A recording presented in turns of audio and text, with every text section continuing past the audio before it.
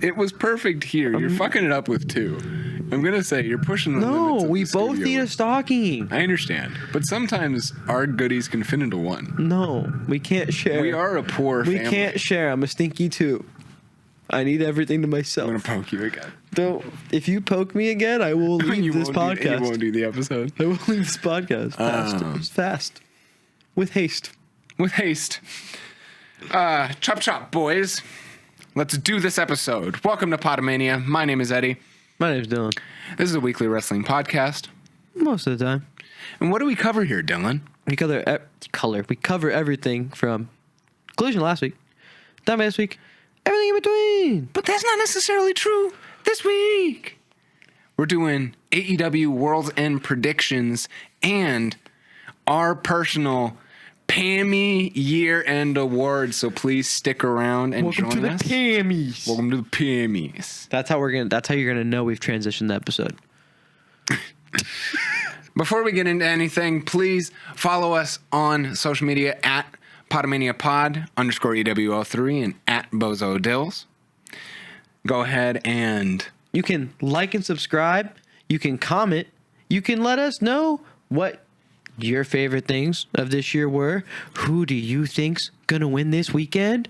And so much more down there. I was going to say, let us know if you have any questions for us. We'd love to answer those in the new year. Let us know what our best and worst takes were. And our funniest moments. Our funniest moments. And you can catch all that on Spotify and Apple Podcasts. Follow us and leave a review over there. And let's get right into the World's End predictions. The world's going to end. That's my prediction. Starting possibly in the main event matchup. Mm-hmm. But that's for later on. We do have this matchup that I didn't even realize was happening. Same. And that's Darby Allin versus Gabe Kidd, a madman, you know. A madman, you know. People talked about Austin Theory, and when he shaved his head, he looked like a madman straight out of a dungeon, you know. Madman. So, Darby Allin coming back into wrestling because that's the safest thing he does, apparently. Well, he climbed Mount Everest. He also does like -2 ice baths. And, you know, it doesn't feel like he's an anime character in real life. Him and Speed are in the same category of human. God, imagine that hangout. Yeah, they'd get along. World peace. Plant a flag for everybody. Honestly, get them in the Oval Office. Dude. Who's the president? Who's the vice president? Oh, that's the roles you want me to appoint them at. What else are they going to be? Director of stunts and associative acts of destruction. Considering, you know, fentanyl's a weapon of mass destruction. And I think that's what Darby Allin is going to use against the madman.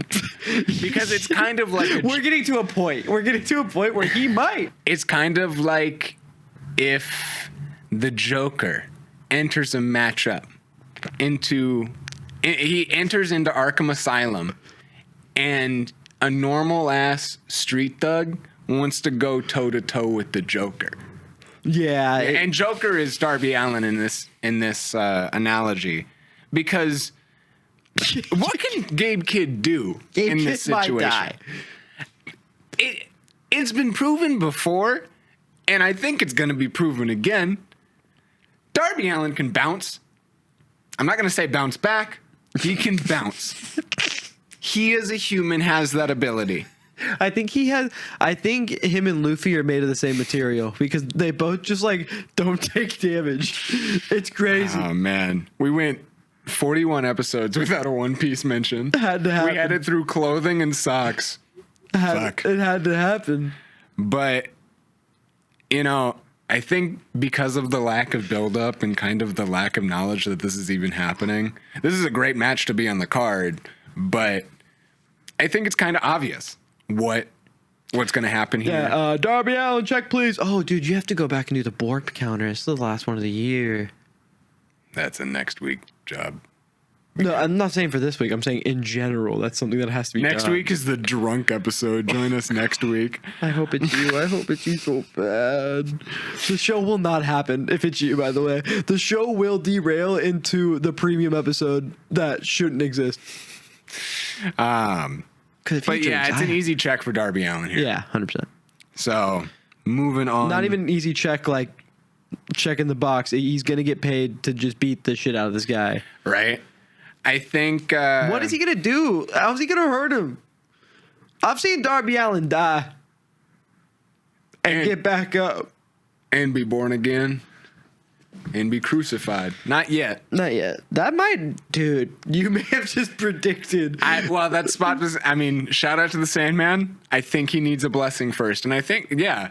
Has Darby Allin gotten a cane or like the lashings from the Sandman on his podcast where he discusses... I don't think the Sandman podcast discusses wrestling. And I think in that exact same way, he's like us. Yeah. We're a wrestling show, I guess. Most of the time. It's kind of our whole tagline. Yeah. Because we avoid talking about matchups like FTR versus the Bang Bang Gang. I don't. For the AEW Tag Team Championships. Hey, crazy. They're not going to like it. Who the fuck cares? Who the fuck cares? We do get into like scary territory here because the last time we said this FTR won the championship. Last time we said this, Bandito's a surefire win to retain, and then that was egg on our face, huh? We've had egg on our face a lot recently with the whole tag team division. Hey, good protein on both ends.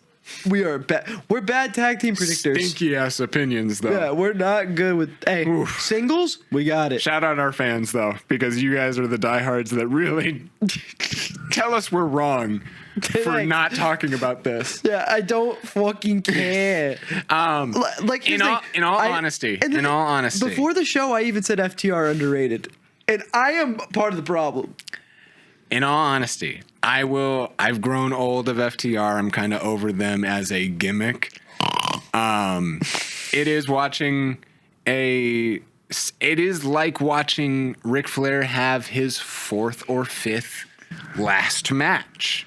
That's dramatic. That's very dramatic. That's crazy. But they are veterans that refuse to give the ball to anybody else. And I think in a world it's my ball. That's my ball. That's our ball. That's our ball. Check out FTD Sports.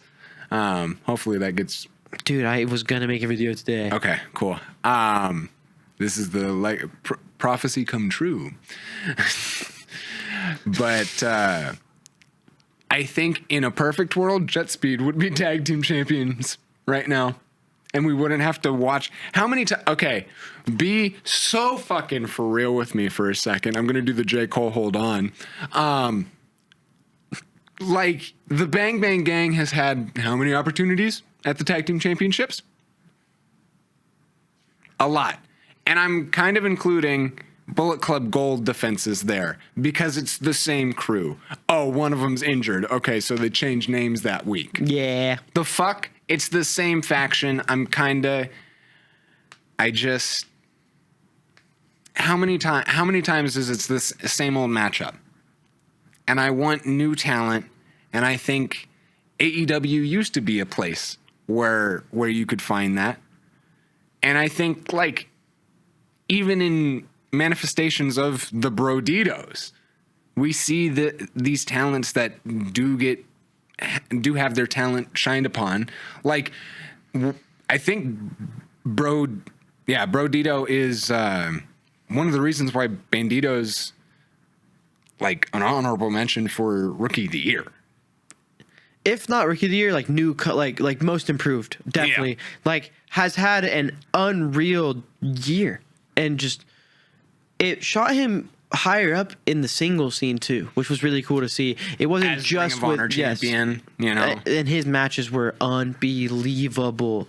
He could have had an honorable mention too. The Ring of Honor match, the Ring of Honor title match, was it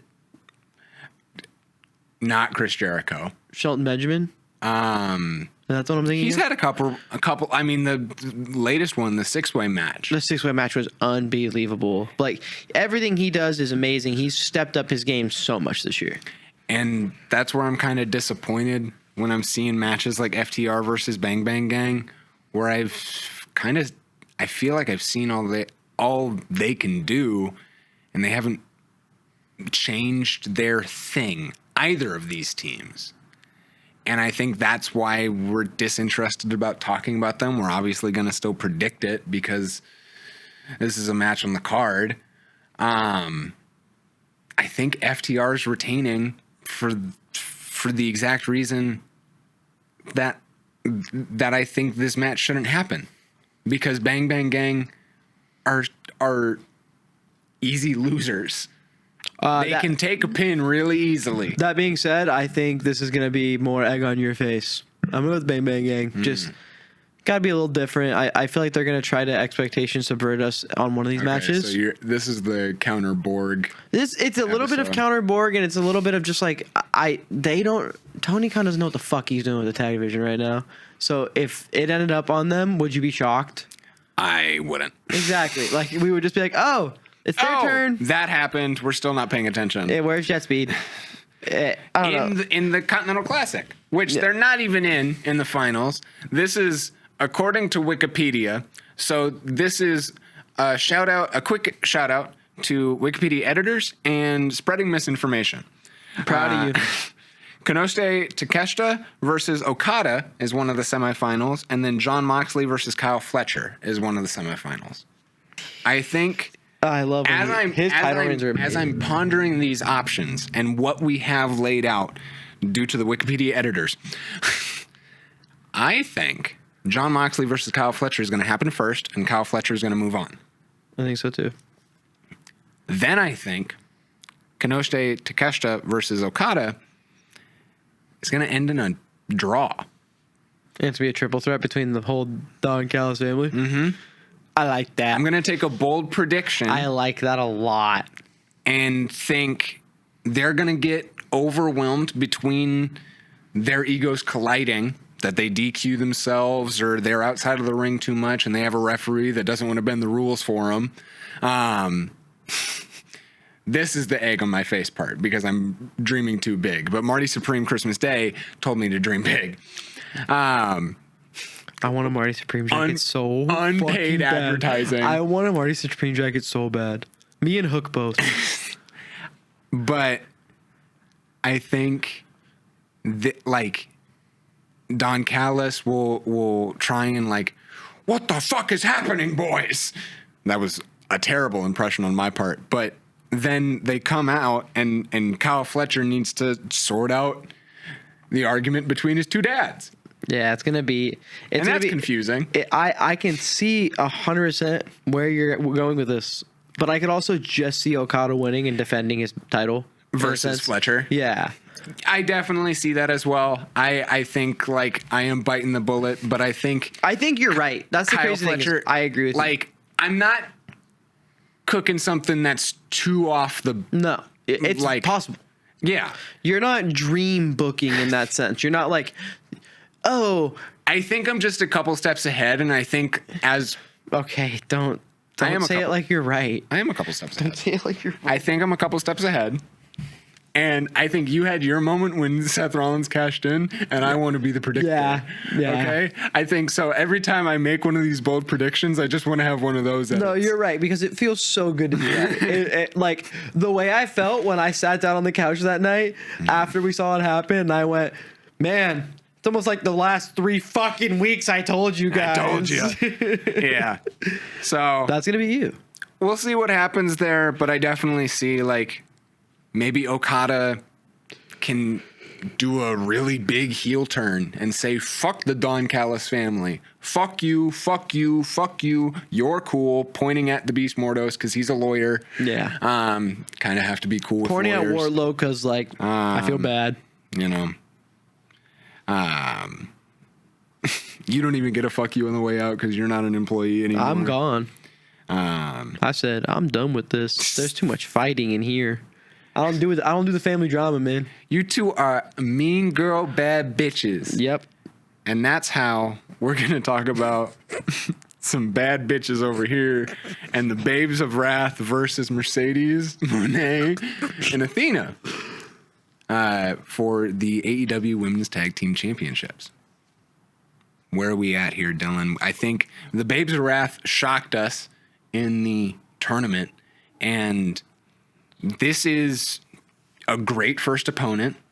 You know, not to put down Toni Storm or Mina at all. I think they were great establishers and qualifiers. But like for a first defense, this is a dope match. Because you're going up against long reigning champions. You're going up against arguably someone who could be in the talk for like Women's Wrestler of the Year in Athena, and someone who's put on great programs every time she does it, whether you hate her or love her. Mercedes Monet. It's like this is a great duo to establish this championship. I think they're gonna win. You think Mercedes Monet and no, are gonna win? No. Okay, Babes I think of Wrath. Babes of Wrath are gonna win.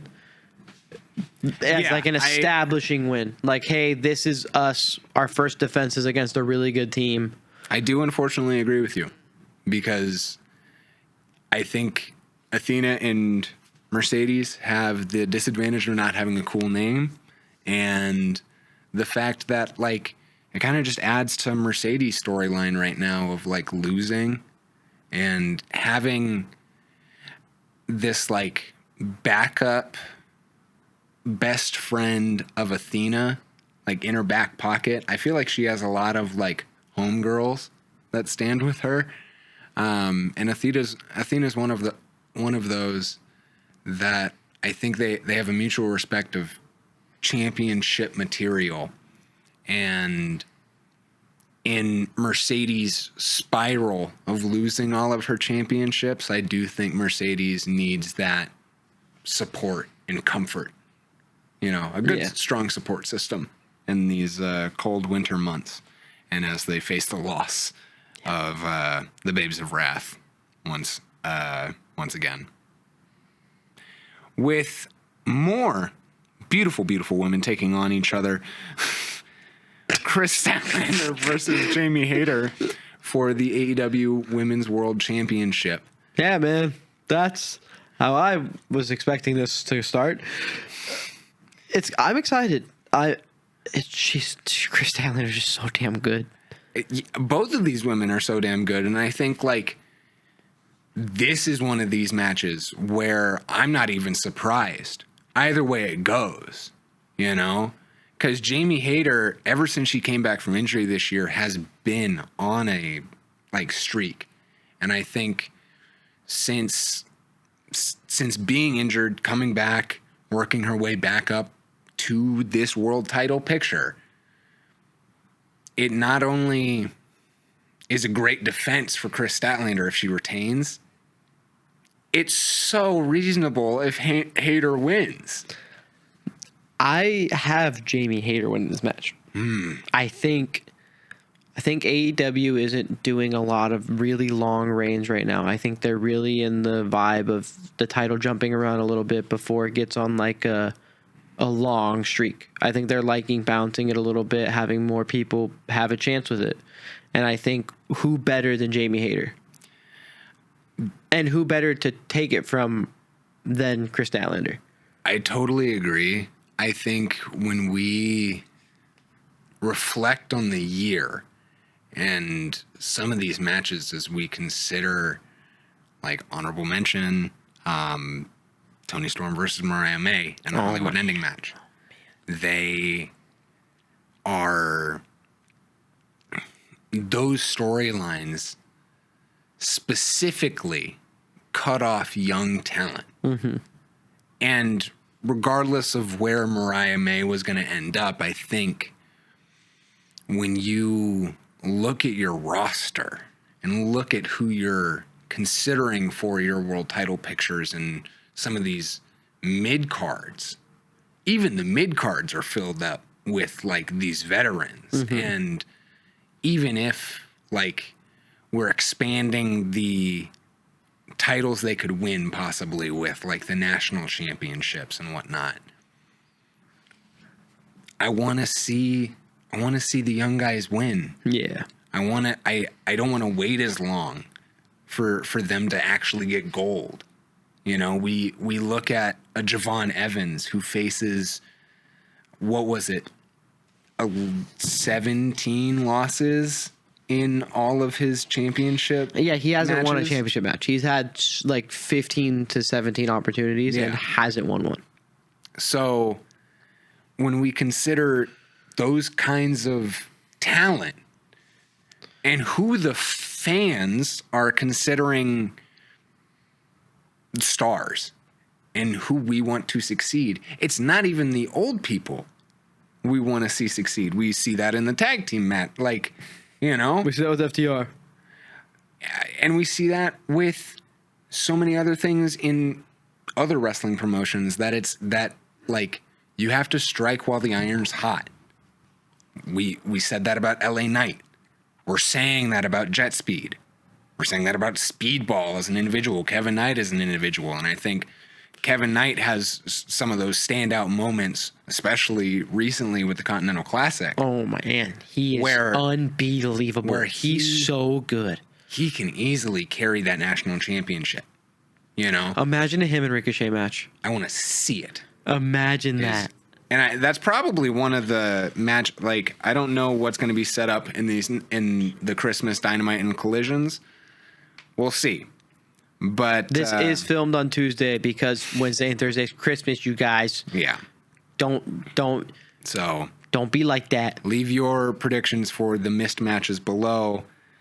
I'm going to disagree with you for the women's world title Fair. match and say that Kris Statlander earns this respectful win over this, like, AEW veteran who's been there since the beginning of the company, and through injuries and hardships can stand strong in her losses.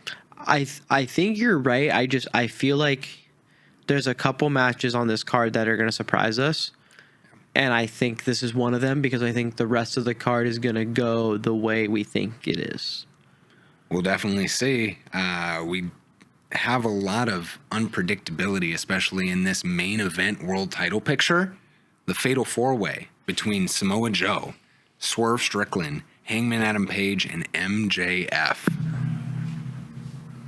It is tough when we consider. I was doing... Dude, I've been thinking about this all day. I was doing some editing the other day, and they did a Fatal 4-Way last year for the belt as well.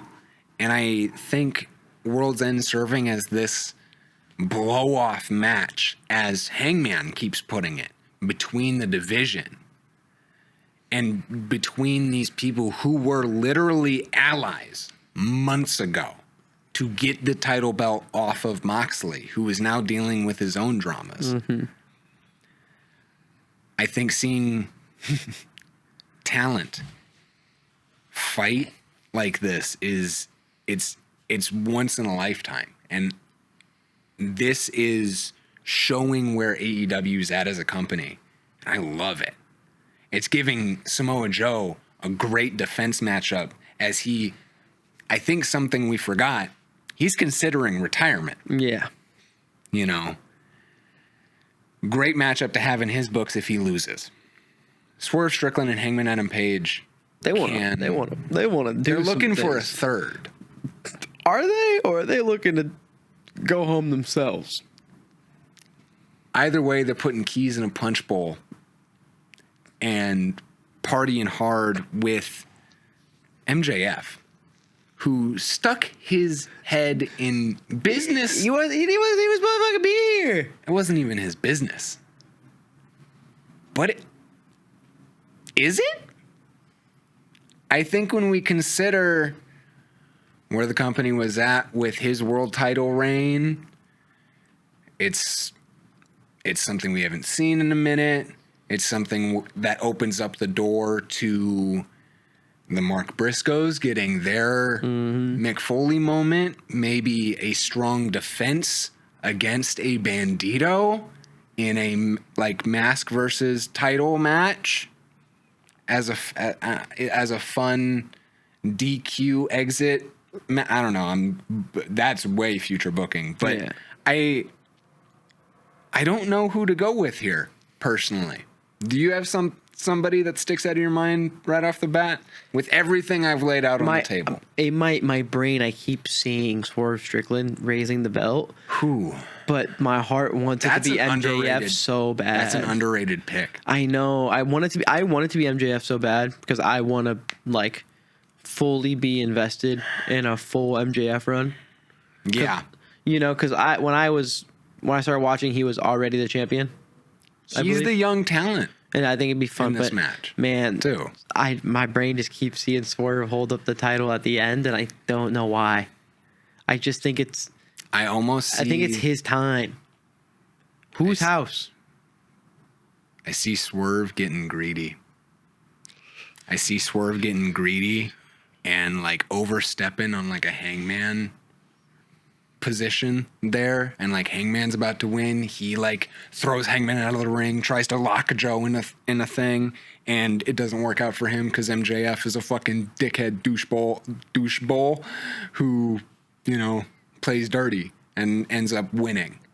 I think that's a more logical win for MJF. I think this pay-per-view. With that being said, it's gonna throw some twists and turns at us, bro. I'm gonna say Samoa Joe is retaining. That's the like most unsexy pick. You just pick the missionary. No, this one's for the hot girls. I think Samoa Joe is retaining. You just pick the missionary pick. I think Samoa Joe's retaining. Full spread. I think Samoa Joe's retaining. That's crazy. I think it's setting up. With everything I've laid out for MJF, I don't think he wins it here because Joe is too strong. I think it's too short for him to have a decent and reasonable reign. And even though they're doing this like hot potato thing for it with every other fucking championship, with Joe retiring, possibly going into acting a bit more with Twisted Metal, I think the claim that this is gonna go down as one of his better matches in his later career. That's my bold, hot prediction there. That he will retain and spark a feud with MJF. Welcome to the PAM-mies. Funk Flex Bomb. Tonight is the award show you never knew you needed. But always deserved. Deserved. Hosted by your two handsome and sexy hosts. This is a bad bit. Hosted by your two scrum-diddly-umptious boys. Directly for you, the PAM-fam, the audience at home.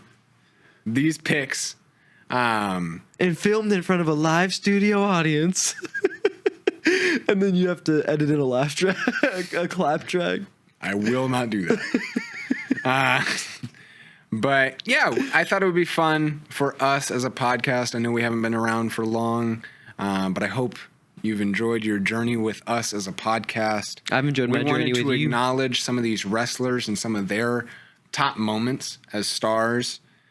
Starting off with our Rookie of the Year pick, which seems pretty obvious. Yeah, there's not many other people we could say, guys. You know, we're the show that you can go to when we're rooting for young people, and I think one of the youngest standout stars between all of the companies is one Javon Evans. He may be the obvious pick for a lot of journalism sources, but other award shows. That's what we have to say for other journalists or other award shows today. We're different in picking him as we acknowledge his career before this in DPW. His dark matches in AEW allowed him to have this standout career, really, for WWE. And without those spotlight moments specifically, like last year leading into this year and his run in NXT, he's lining himself up to be if the old people don't catch him now, they won't catch him at all. Exactly. It's going to be too late. That boy, bouncy. It's going to be too late. 6, 7. Javon Evan is the future of WWE. The thing that will keep us keeping that foot in the door, looking every so often. What's he up to? There's a couple guys there where you have to keep tabs. Yeah. If you're not watching full time. And we're definitely on the lookout for some of those younger guys like the Jack Cartwheels, the Nick Waynes, the Hooks, somebody who is kind of off the burner at this point, waiting for his Marty Supreme jacket any Marty day Supreme, now. Marty Supreme is Marty Supreme. Did you see him stand on top of the sphere? One day we could do that. But when it zooms out, I just want it to be a picture of our faces meshed together. I hope so. Morphed. Not I want it like the half pictures, like the I want this like the XXX pictures. I want that for me and you. But X is still in there somewhere. Yeah, he's in the background. You have X hair in that picture. That'd be the worst gimmick of the year. But I think the best gimmick of the year as there's a couple that we could talk about here that were really fun. Definitely. I think when we consider the John Cena heel turn. The John Cena heel turns one because the moment was so good. You have this I think Protos is unique to that run. I think looking back on that heel run is, you put on a different perspective or a different lens to what a heel can be. Yes. And having John Cena be mean, I think we hated it because we weren't used to it. Yeah. And that is something we see in the conversation with AEW now when people look back upon the 2022 AEW or any of those nostalgia glasses, where you really you need to let it breathe, let it be what it is. We also have like Protostar. Kyle Fletcher is an amazing gimmick that has happened this year that has really pushed him to where he is now. But what was our final choice? Our final choice, ultimately, because we related to it so much, it was the Young Bucks losing all their money, losing their EVP positions to Will Ospreay and Swerve Strickland. If you did, which hasn't been used since. If you did do graphics and stuff, you would just put like the Young Bucks lose it all. Yeah, is what the title of that little graphic would be. Yeah, because it's what happened. They lost the EVP position, then they couldn't win a match, then they spent all their money, then they won it back at the casino, and then they lost all the money, and then it was just building. It's just like, man, they're so lost. And the whole time in the back of your head, you go, Kenny Omega's going to come save them, right? Like, he has to come save. And then he does come to save them and is now back. And we have this elite run. And I think you tie it all together.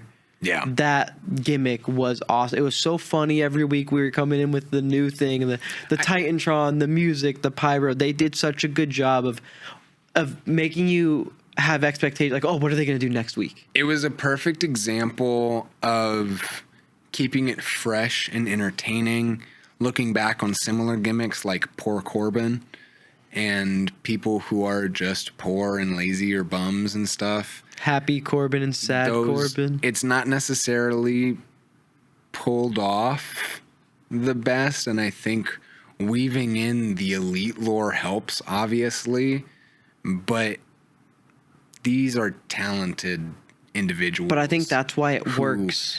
Talented individuals who are playing a role that most people cannot achieve in their position. It's like asking Tom Segura and Bert Kreischer to be relatable.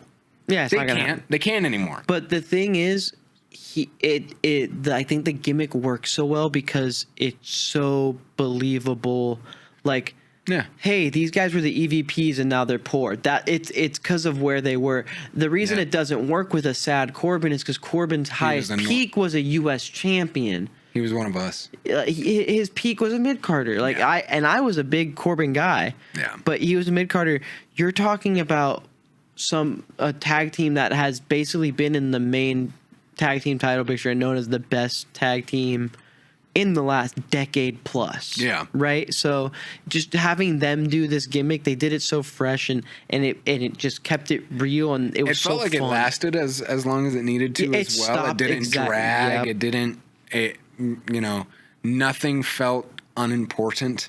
It always found a way to keep us intrigued of, are they going to win it back this way through the slots or Don Callis or ultimately through Kenny Omega, who might sign them back on as EVPs. That was storyline, obviously. I don't think they're going to do that on screen. But, anything is possible. And I think the main honorable mention for me is Max Caster. It was so fun. Like, the fun gimmicks. Yeah. I think I've been seeing so many tweets where it's like Austin Theory is a fun stupid baby face stuck in a boring heel storyline. Like, that's been his career path, is they want him to be this big, bad guy, menacing, and he's meant to be funny. He's one of the... do you remember him on NXT being funny? But I think you're also holding on... I think in the same way I just think he's not a good holding heel. on to the nostalgia glasses earlier, allow Austin Theory to move on from his work in NXT and, from that babyface But he's work, never been a good heel. It's been 2 weeks. Well, he's been a heel forever since he got to the main roster, and it's never clicked. But let this run breathe is all. We haven't even lived with this run I'm just saying, on his career path right now, he has been this boring, annoying heel when he was one of the funniest, easy to dumb. His stuff faces. Talking to Heyman was fun. Yeah, this week. So I'm not saying he's bad. I'm just saying his body of work to this point. He has a bad history. Yes. Kind of like CM Punk with Saudi Arabia, which John Cena points out in our promo of the year. Just getting straight into it. Hot choice. I think John Cena taking our hero Pepsi Phil, our once beloved hero who hates real glass, Pepsi Phil, to Night of Champions in Saudi Arabia. This was not only promo of the year for me personally, but I think it was a big moment in wrestling.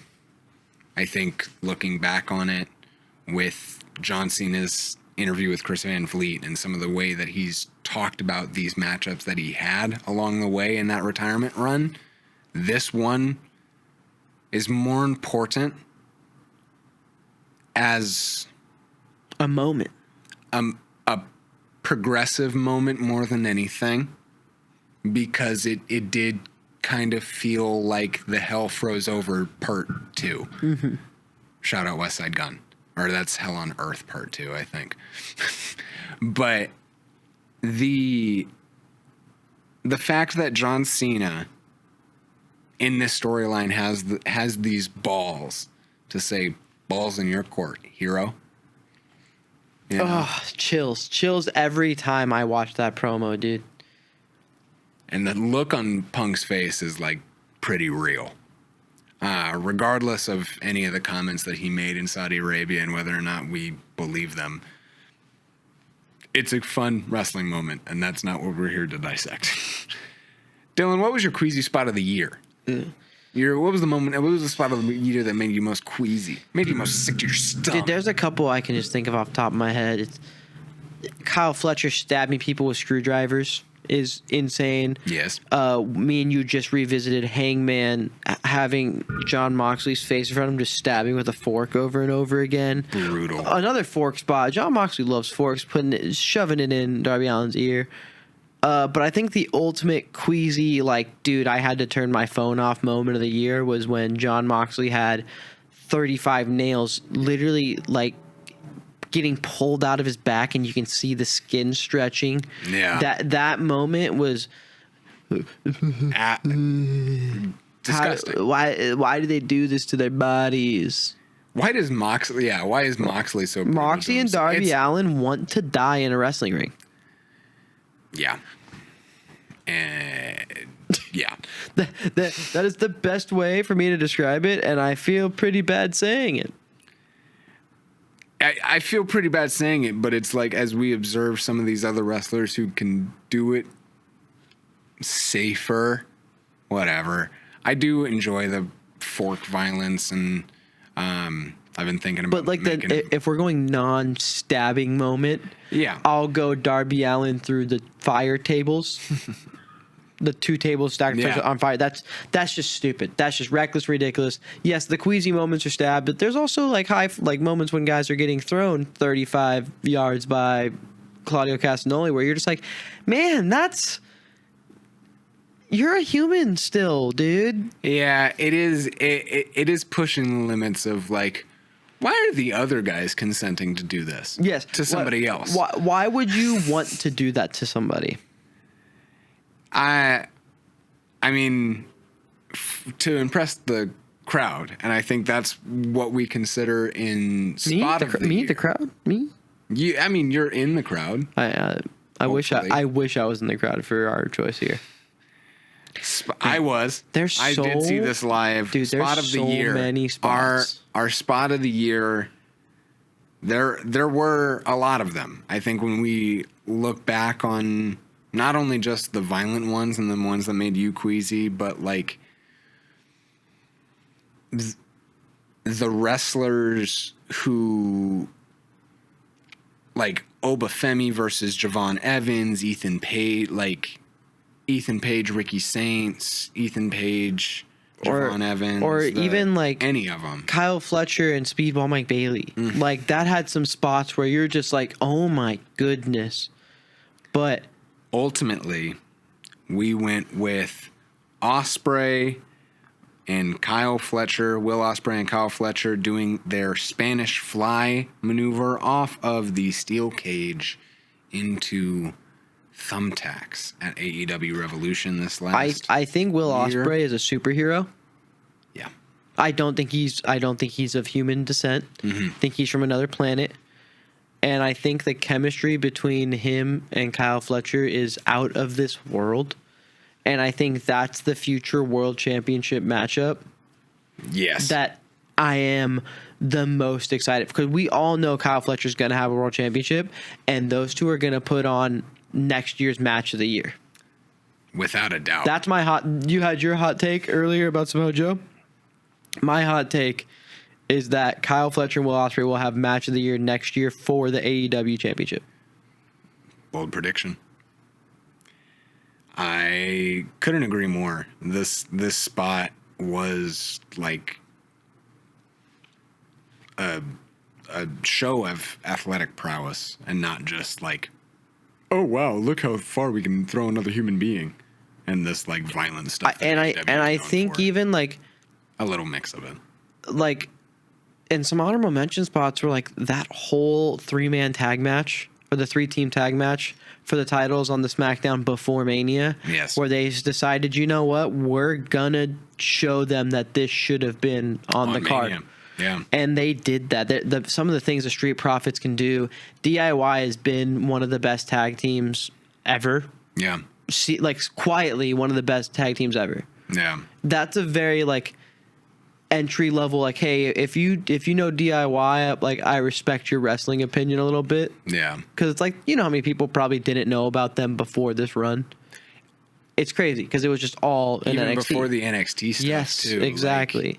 Like, their lore runs deep. And then Motor City Machine Guns are just vets. They will never fail. Yeah. And I think that was ultimately the issue when we were picking these awards, when it comes down to these final 4. It's so tough. There's awards. Just so many good people and matches. These were the discussions off camera that took the longest. This is why I'm going to hate my life at work tomorrow. These 4 conversations took about as long as the show is going to take. Like, yeah. I think we're basically pulling double duty today. Yeah. With discussion and figure everything out, because there was just so much good wrestling on TV this year and on And it was hard to pay-per-view or pick. PLE. It's impossible to pick. None of you are going to fully agree with our choices, and we've And understood that. I don't think we agree with each other. I think we had to come to compromise a couple times in the making of this list. I think there was only 2 things we really fully agreed on. Yeah. But the women's match of the year was not one of them. Ultimately, we decided it was Rhea Ripley versus Io Sky versus Bianca Belair at WrestleMania. Unbelievable. Oh man, I'll never forget that, because that was right when we were really starting to do Pod-A-Mania.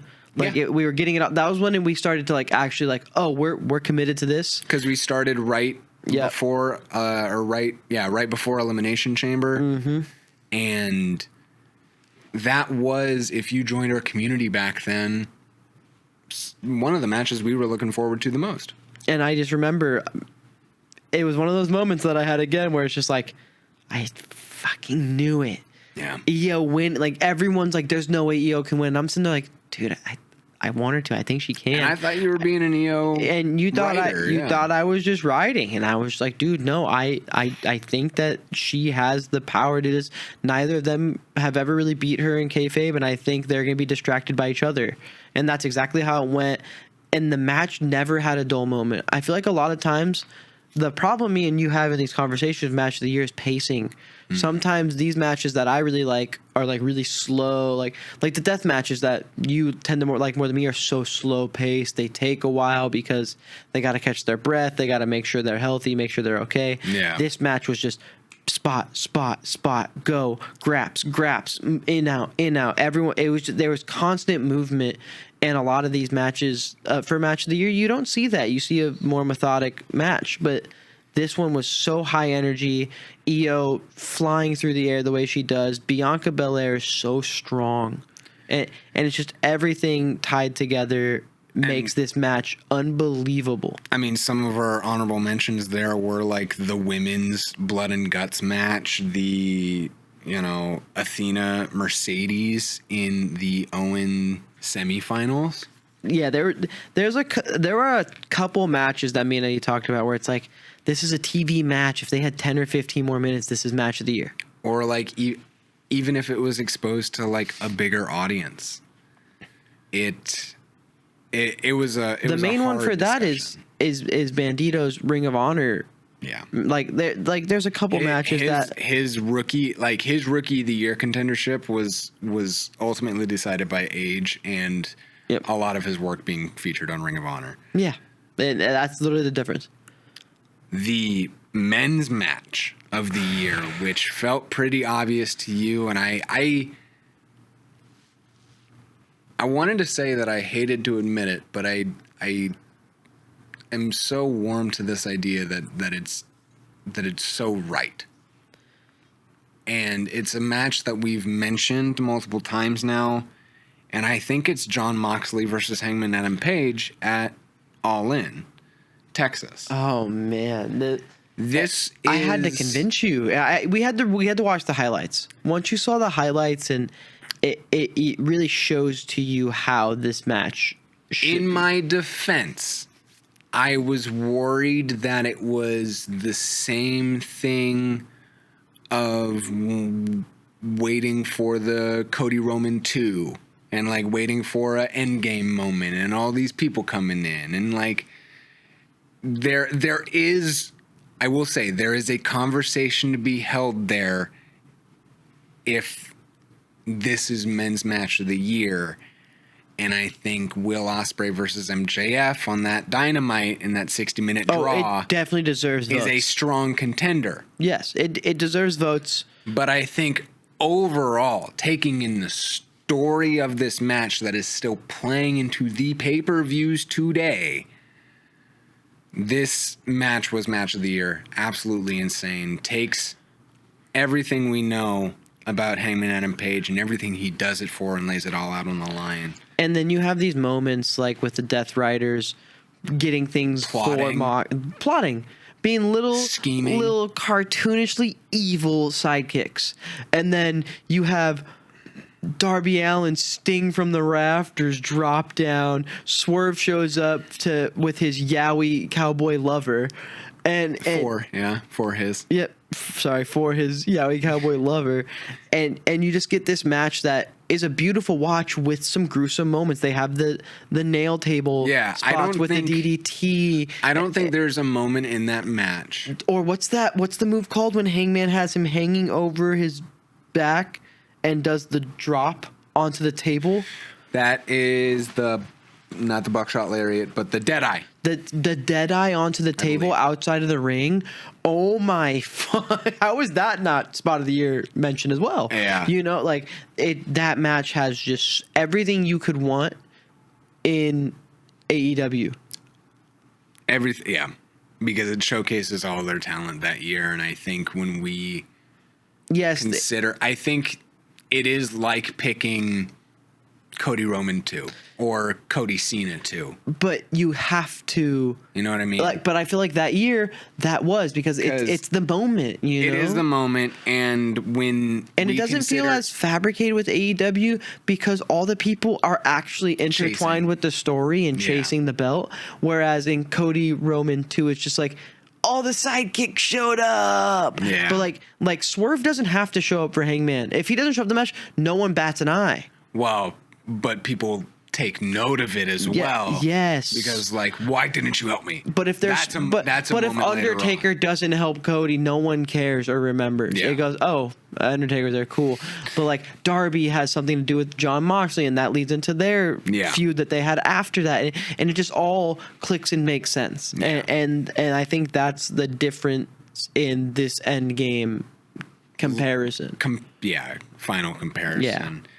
With our honorable mention there being John Cena versus AJ Styles at, I believe that was Clash in Paris.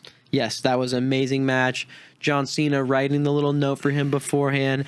I watched Cody and John do their talk. Yeah. They did a podcast together, and I don't remember if it was that one or Chris Van Vliet where John Cena basically just says that he sat down with AJ and he said, how about you do all the TNA guy moves, I do all the WWE guy moves, and that's where I can get my tributes out of the way. Yeah. So I can do it all in one night and I never have to do them again. And it's just like, he thinks down to the minute detail of that. And all the tributes were amazing. Yes.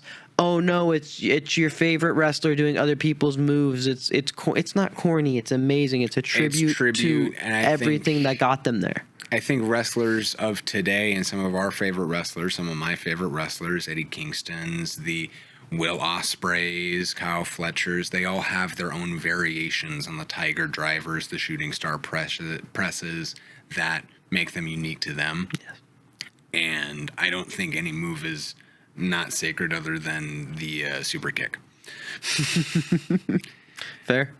With that being said, the women's wrestler of the year, somebody who I don't think I had to convince you. I think we can talk about some honorable mentions. Toni Storm, of course. Yeah.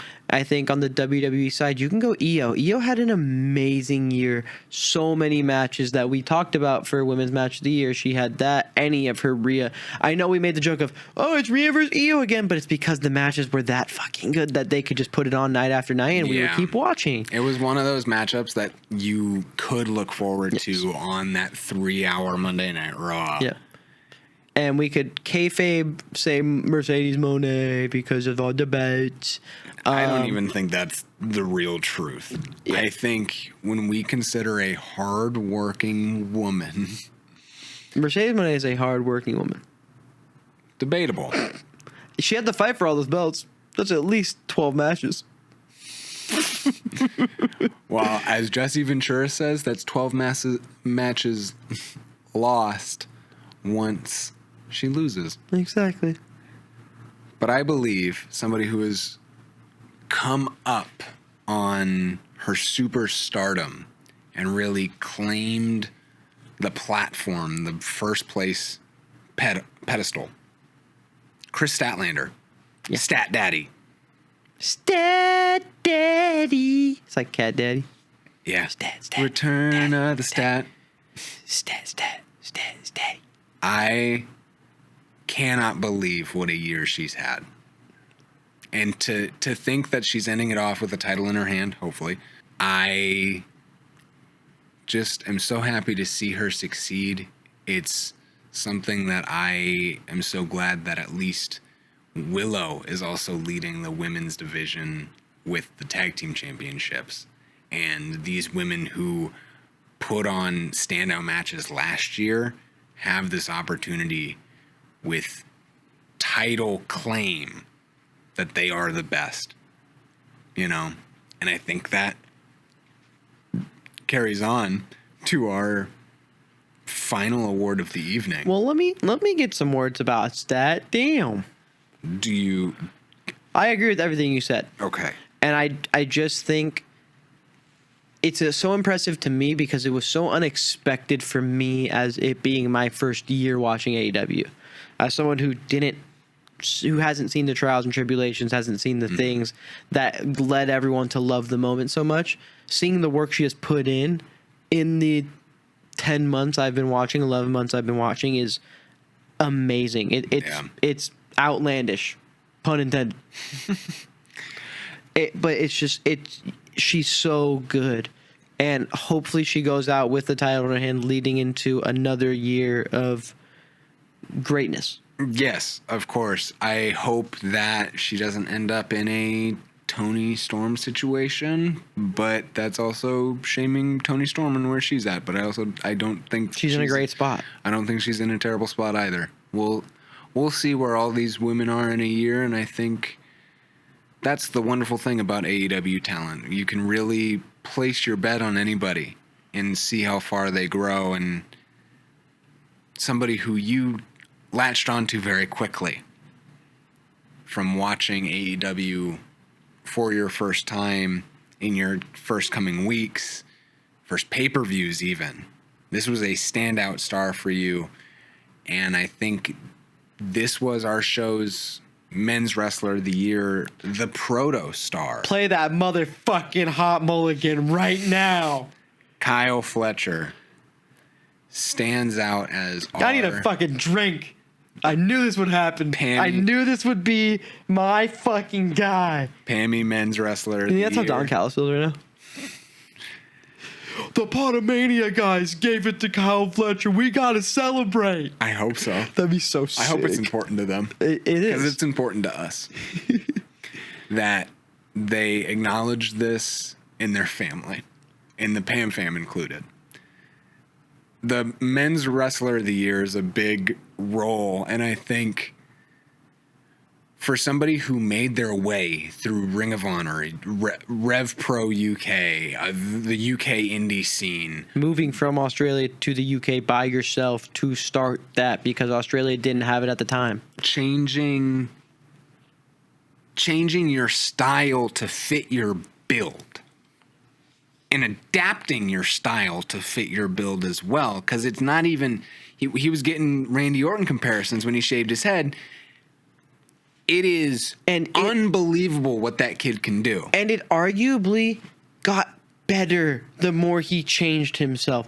The more he changed his style to fit his body, the better he got as a wrestler. Usually you would think, oh, it's going to take him some time to learn a new style. No, he picked it up like that. Good snap. Thank you. And it's what he does. And it's shown this year. Nobody at the beginning of the year would have had this as their prediction. Nobody in January goes, I think Kyle Fletcher is going to be the men's wrestler of the year. Nobody thinks that. Then he has his moment. He placed a bet on himself. He placed a bet on himself. Don Callis family. I think Don Callis and Kyle Fletcher placed a bet on Kyle Fletcher, and they said, I can be this. And Don Callis saw it in him too, because there's no way he makes that decision fully on his own. Yes, Kyle Fletcher said he wanted to cut his hair. He was annoyed with it anyways. But it's like that moment is taking that. Hey, I'm going to do this on TV, and I'm going to fully change who I am. Moment. I'm going to make a moment out of this, and let's see if it works. And by God, did it work. I fully placed a bet on him in some of our previous episodes that he would be in the world title picture by World's End, by some miraculous way. I don't exactly remember We were close. How I was trying to defend that. But I think the men's wrestler of the year spot of Kyle Fletcher is deserved. Oh, more than deserved. When you take into wrestler of the year, you have to take into account improvement.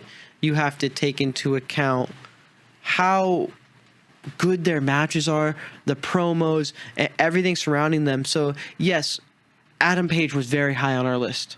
Yeah. Yes, John Cena had a good year, but he wasn't too high on the list. But he was on the list. We had a little list that we were cooking up. Seth Rollins is up there because the year he's had. You have all these guys. MJF's always in the conversation. It really came down to Adam Page and Kyle Fletcher. Yeah. And I was surprised that you were rooting for Adam Page in that situation. I just think it's because Kyle Fletcher didn't have that world. I think the world title moment is something I'm hinging on, being that big thing for his year. Yes. And not taking into account just how amazing this year was for him as it is. I was definitely calling it early.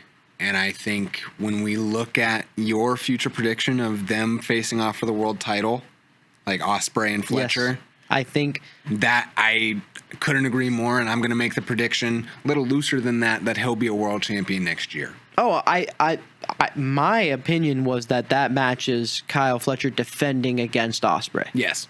That's what my prediction was saying. I just don't know who he's going to win it off of. I don't know who Fletcher wins it off of. MJF, Adam Page? Joe, Adam Page, Swerve. We'll never know. Until we do. Until we do. I was going to say after this weekend, I guess. No, until we know. Until we won't know who Kyle Fletcher beat. But if you don't know, now you know. This is the end of the episode. Please. I hope you enjoyed the PAM-mies. Because we enjoyed you watching. Please follow the podcast at Pod-A-Mania Pod _EWO3 and at Bozo Dills. You can catch us on Apple Podcasts, Spotify, and make sure you like and subscribe. Comment what you think our funniest moment of the year is. And please, by some Christmas miracle, I know we forgot to say it at the beginning, do you think we could get to 500 subscribers by the end of the year? It's a tight window, but hopefully the PAM-mies gets us there. I want to wake up from our New Year's celebration with a victory on 2025. I'm going to show up with a tie wrapped around my head. We're going to see you next year. Ugh.